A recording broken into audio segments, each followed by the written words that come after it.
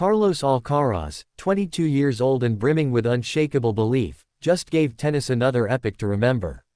His win over Jannik Sinner in the French Open final wasn't just a win, it was a war, a statement, a five-set furnace that scorched every argument against long-form tennis. 5 hours and 32 minutes of raw, unfiltered drama. Every rally a gamble, every set a chapter in a saga. And by the end, as the clay settled and the sweat dried, one truth stood out: five-set tennis still has magic. You could feel it with every swing. The tension didn't simmer, it surged. The fifth set wasn't a chore. It was sacred ground. Two men giving everything, not for money, not for fame, but for the moment. For glory. For tennis. This wasn't just a match. It was a film, a novel, a masterpiece in movement.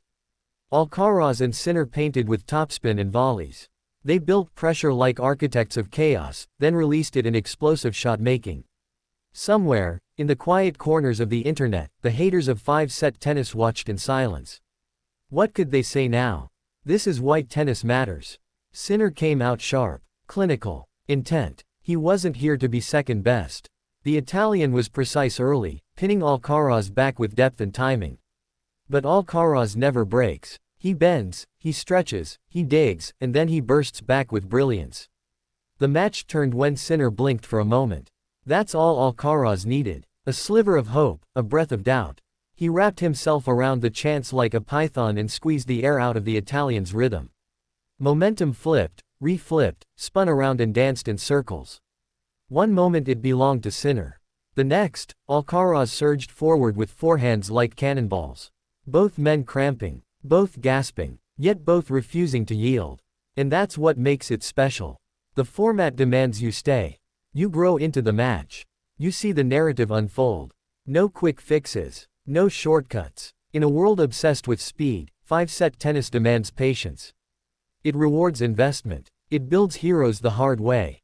The fifth set arrived like a thunderclap. Sinner couldn't move like he wanted. His forehand betrayed him. His legs turned into statues. But still, he fought. And Alcaraz, sensing the weakness, didn't rush. He crafted. He calculated. Then he struck. Wimbledon had Borg versus McEnroe. Federer versus Nadal. Now Roland Garros has Sinner versus Alcaraz. This wasn't just a final. It was an introduction. The world now knows, this rivalry is here to stay. Let's not forget, this wasn't their first five-setter in Paris. Last year's semifinal was strange. Unsteady. Marred by injury and inconsistency. This year, a cleansing fire. Pure competition. Pure greatness. But this kind of match, this kind of greatness, isn't normal. It's rare. And that's the rub. For every Sinner Alcaraz, there are 5 matches like Tommy Paul versus Karen Khachanov, grueling, yes, but not galvanizing. They stretch 4 hours, yes. But they don't spark. That's what critics hang on to. That not all 5-setters are classics. That many sag in the middle. That the length isn't always worth it. And sure, they have a point. The average match today is bloated compared to tennis history. In 1887, the first Wimbledon final that went 5 sets took 2 hours. That's now the length of a solid warm-up rally. By the 1940s, even epic matches rarely went beyond 100 minutes. Today, you haven't earned your sweat unless you've clocked over 3. Technology changed. Players got faster. Equipment got stronger. The game evolved. But with evolution came consequence. Matches run longer. Legs tire faster. Recovery becomes a strategic weapon.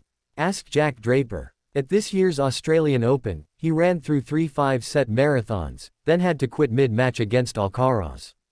Burned out. Emptied. The first week drains. The second week punishes. Some say it's unsustainable. That the modern tour can't survive like this.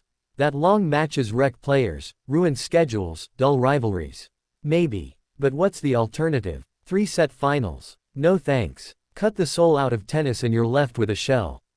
Because what happened on Sunday, what Alcaraz and Sinner gave us, is irreplaceable. It wasn't just about who won. It was about who endured. Who adapted. Who suffered longer and rose stronger. This is where legends are born. And let's talk about Alcaraz. Because he's not just a shotmaker. He's a builder. A battler. A mind sculpted for chaos. A player forged in fire. He thrives when others collapse. And Sinner, The new world number 1. Calm, calculated, classy in defeat. He will be back. He belongs at the top.